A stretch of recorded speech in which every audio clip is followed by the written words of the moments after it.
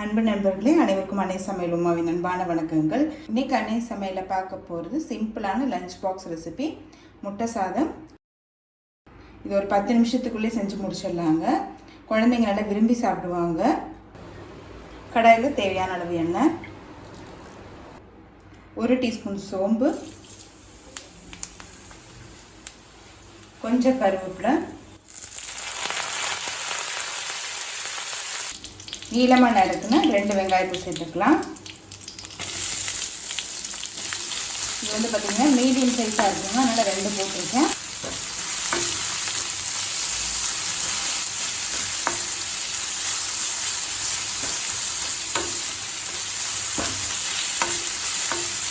ஒரு டீஸ்பூன் இஞ்சி பூண்டு விழுது, 2 பச்சை மிளகாய்,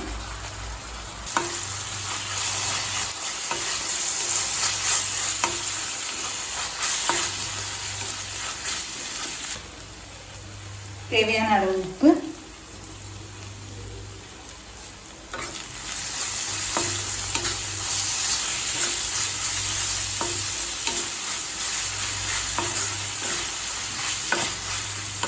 தக்காளி நான் சேர்க்க போகிறது இல்லைங்க. நீங்கள் விருப்பப்பட்டீங்கன்னா கொஞ்சமாக தக்காளி சேர்த்துக்கலாம்.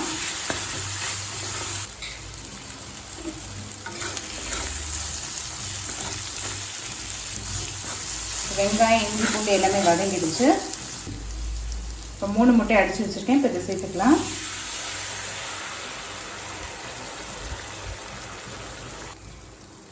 இதை 1 நிமிஷம் அப்படியே விட்டுருங்க. முட்டை பாதி வெந்தோடனே மிக்ஸ் பண்ணிக்கலாங்க.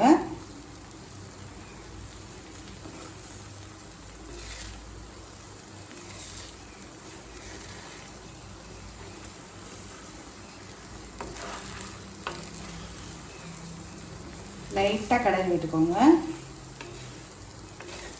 இப்போ முட்டை முக்கால்வாசி வந்துடுச்சுங்க. இப்போ ஒன்றா மிக்ஸ் பண்ணிக்கலாம்.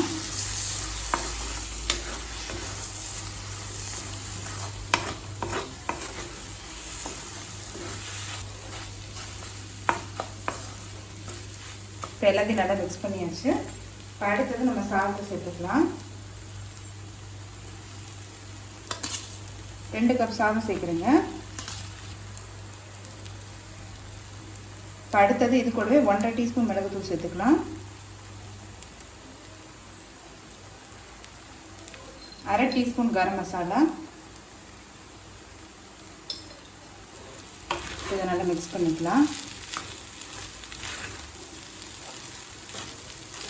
ரொம்ப சுலபமாக செஞ்சிடலாங்க. ஒரு சாதம் மட்டும் வடிச்சிட்டிங்கன்னா போதும். ஒரு 5 நிமிஷத்துக்குள்ளே செஞ்சு முடிச்சிடலாம். லஞ்ச் பாக்ஸுக்கு சூப்பரான ரெசிபி.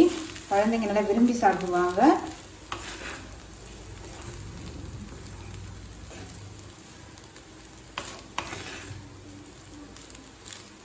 கொஞ்சமாக கொத்தமல்லி சேர்த்துக்கலாம்.